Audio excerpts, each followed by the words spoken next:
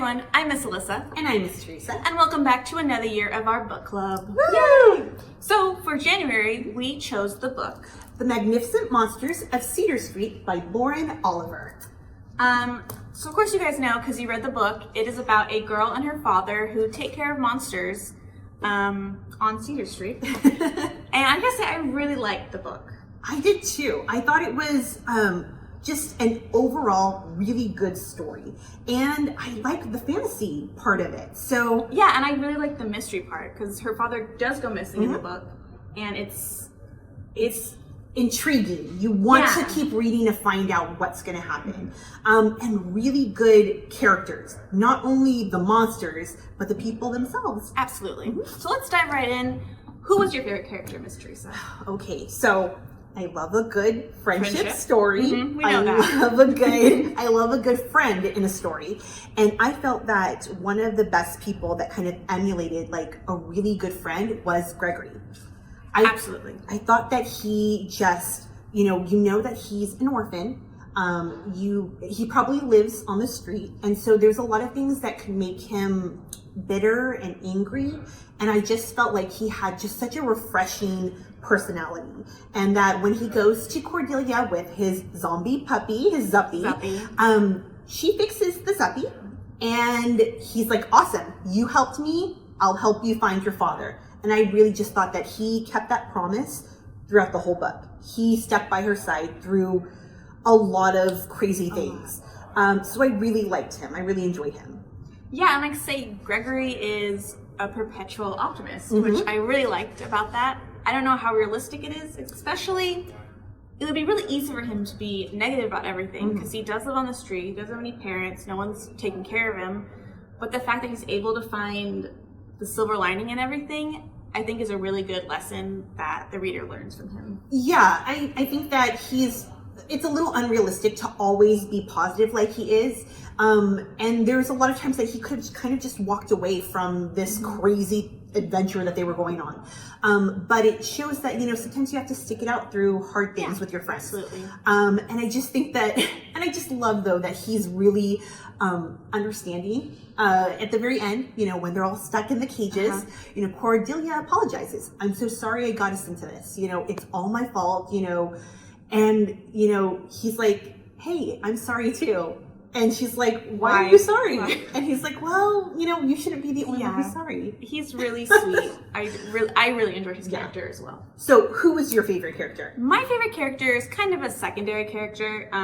It's Professor Natter, who, after they get on the hot air balloon and they get blown across to Nova Scotia onto this college campus, and they end up in a tunnel, and they come out of the tunnel right into Professor Natter's lecture. And I just really love Professor Natter because he reminds me of the kind of people I like in real life, who they are very passionate about their job and what they know, they want everyone else to know as well. Yeah. He reminded me a lot of my professors in college, and also me myself, because as a librarian, I could talk about the library for hours. I will say when he goes on about evolution and monsters, it is a little much. It's very wordy, and it kind of went over my head. But I just love that his enthusiasm towards the kids, and I also like that he listened to them. He listened to them. These random kids that just popped up. He takes the time to listen to them. He could have been like, well, I'm not going to listen. Get out of my, lecture. Class, I'm not going to give you hot chocolate. Yeah. But in this book, you get a lot of really great adult characters who listen to the kids. There's a good balance of really terrible people and really good people. Yeah. And so he has every reason not to listen to them. But he does. He sits down, he feeds them, he finds clothes for Gregory, and he understands, there's a lot of, just magical things in the world in general. So, yeah, I'm going to listen to you. And I think that he also he has to talk about some really heavy stuff. And so he really puts it into perspective for the kids that listen, yes, there's these magical things, but there's also monstrous stuff. Not just in monsters themselves, but in people. Yeah. He explains, he went through war and he saw some really horrible stuff. But he's seen amazing stuff too. And I really just liked his character. You're right. He's a small part in it, but he just explains so much. Yes. So yeah, he was really great. And I think we're going to go into our favorite monsters now. Yes. And I think it's a good segue because Professor Natter, his favorite monster, is also my favorite monster. My favorite monster was Icky, who, at the beginning of the book, I was like, why is he here? He's an older monster. He doesn't want to do anything, basically. Cowardly? Yeah, like he wants to go sleep, basically, yeah. But throughout the book, I think it's the moment he dresses up as the grandma. Yeah. His personality starts coming out, and he's like really getting into it, and has the glasses. He's burying his teeth at people, and he's like picking his dress up to run. He just starts to have this personality that I just loved. And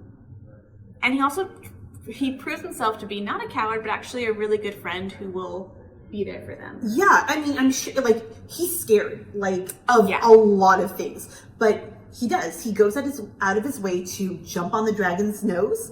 And then when Cordelia isn't able to get onto the hot air balloon, he crawls down Gregory and reaches out his hand and grabs her. Yeah, which is really scary to me. Yeah, it's a really scary moment. But he does it because those are his friends. Yeah, they're in a team. They're all in this together. And I think that all of the monsters, I hate calling them monsters, all the magical creatures had really good personalities that came through as you got further along in the book. Yes. So yes, I was the same way. So spoiler, Icky does go to live with Professor Natter. So it only makes sense. Yes, but I just thought that it was, from the beginning to the end, you get to see the progression, not only of the human characters, but of the magical characters. So who was your favorite character? Okay, so my magical creature. Sorry, my magical creature that I adored was the dragon. I just thought he was really cute. I liked really cute. I like that. Some people thought he was just a lizard. And I just thought he was but he was also kind of sassy, cute and sassy. Absolutely. When Cordelia's trying to put him in her pocket, he's just nipping at her fingers, and he's blowing fire at her. Yeah. And then once she gets him in there, he's throw puff of smoke in defiance. Yeah, how dare you put me in here? And I just thought it was really cute. And then he just has an affinity for Elizabeth, right? Yes, right away. He wants just to be around her and her curls and things, and she's just not having it. So I thought he was really cute, but I thought they had just good characters. Even the Zuppy was adorable. Yeah, I think all the creatures were different enough and distinctive that even though we didn't see a whole lot of them, they definitely stood out to me. Yes, they did. Yeah. Even the pixies on the ship, who were yelling obscenities. In Pixie, sure. Yeah. So she's you do not want to know what they're saying. Yeah, I really enjoyed that part of the book. The monsters were great. Yeah. So do you have any other comments about the book? Was there anything you didn't really like about it? Yes, there were some. Okay, there were small things that I didn't really like. There were a couple things, yeah. One of the major things that I mean, just for me as a reader, I'm sure it may not have bothered other people, but at the very beginning, when they have the guide and they're explaining all the different magical creatures, it's a lot. It's a lot. But I also thought, okay, great, we're gonna meet all of these magical creatures. And we don't. We meet a handful of them. And the handful that we meet are wonderful. Yes. Great. But I was well, where's this one? And where's this other one? And okay, well, yeah, that's okay. Where are they? I would have rather it be at the end of the book. Yeah, it might have fit better as a glossary. Or even if they wanted to bring it up, because we know that the book, beginning of the chapter. Yeah, at the beginning of every chapter, throughout the whole book, we know that it's Cordelia's mom's book, so it kind of makes sense. Really cool.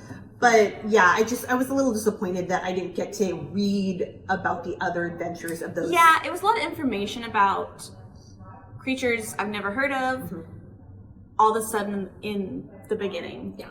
So yeah, I agree. That's a good critique of the book. Yeah. What about you? What can I critique about it? Well, the whole thing with the dad. Oh, that's very true.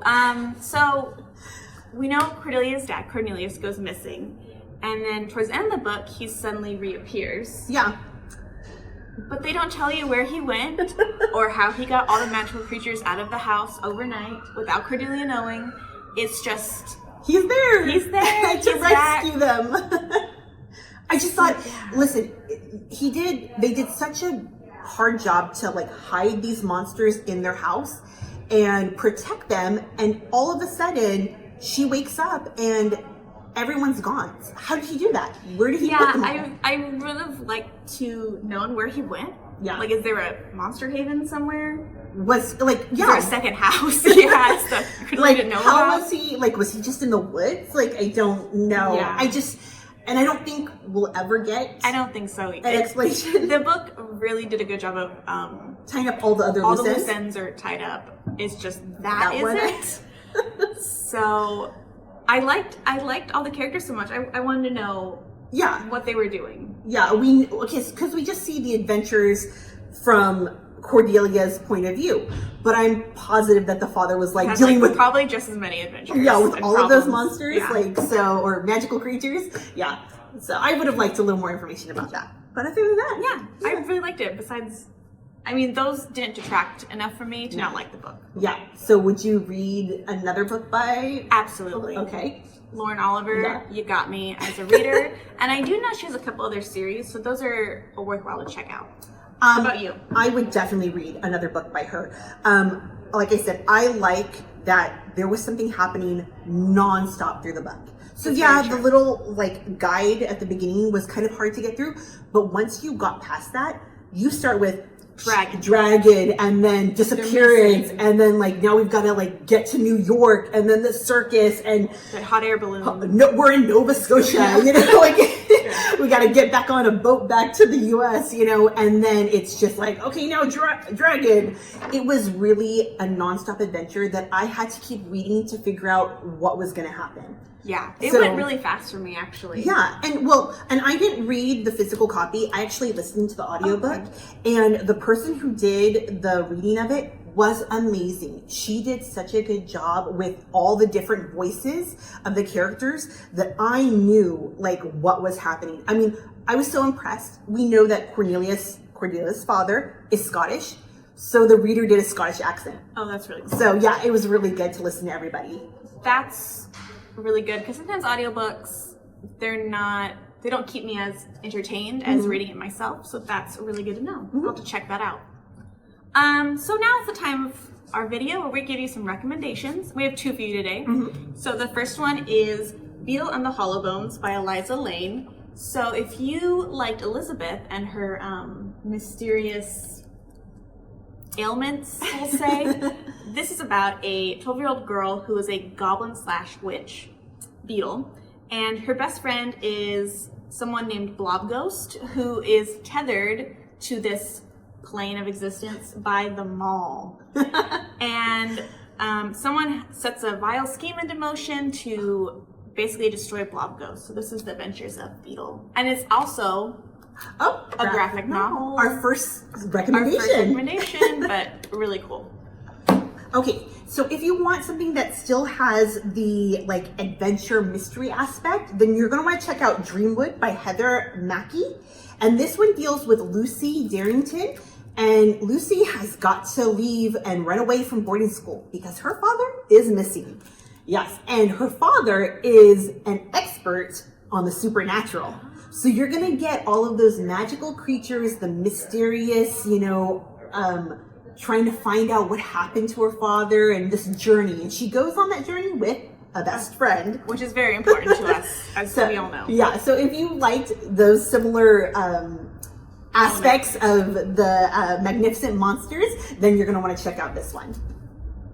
And for February, we chose the book Maya and the Rising Dark by Rena Barron.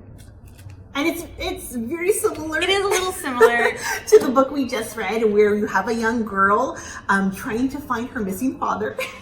But her father is not a supernatural monster hunter. Or veterinarian of monsters. He's a magical creature himself. He is going to be the guardian between our regular world and almost like the magical afterlife world. And so Maya has to find her father, and she has to defeat an army led by the Lord of the Shadows. Yes, so that's going to be a really good adventurous story. So make sure you check out Maya and the Rising Dark on through your library loans or through our online apps. We have ebooks and audiobooks on Libby and Overdrive, so do check that out. I will probably be listening to the audiobook of this one. And make sure to check out every Friday we post something to do with the book of the month. So it could be a craft, a recipe. Yep. And then we end it with a book talk. So yeah. So thank you guys for joining us again. Happy New Year. We will see you next month with Maya and the Rising Dark. Bye. Bye.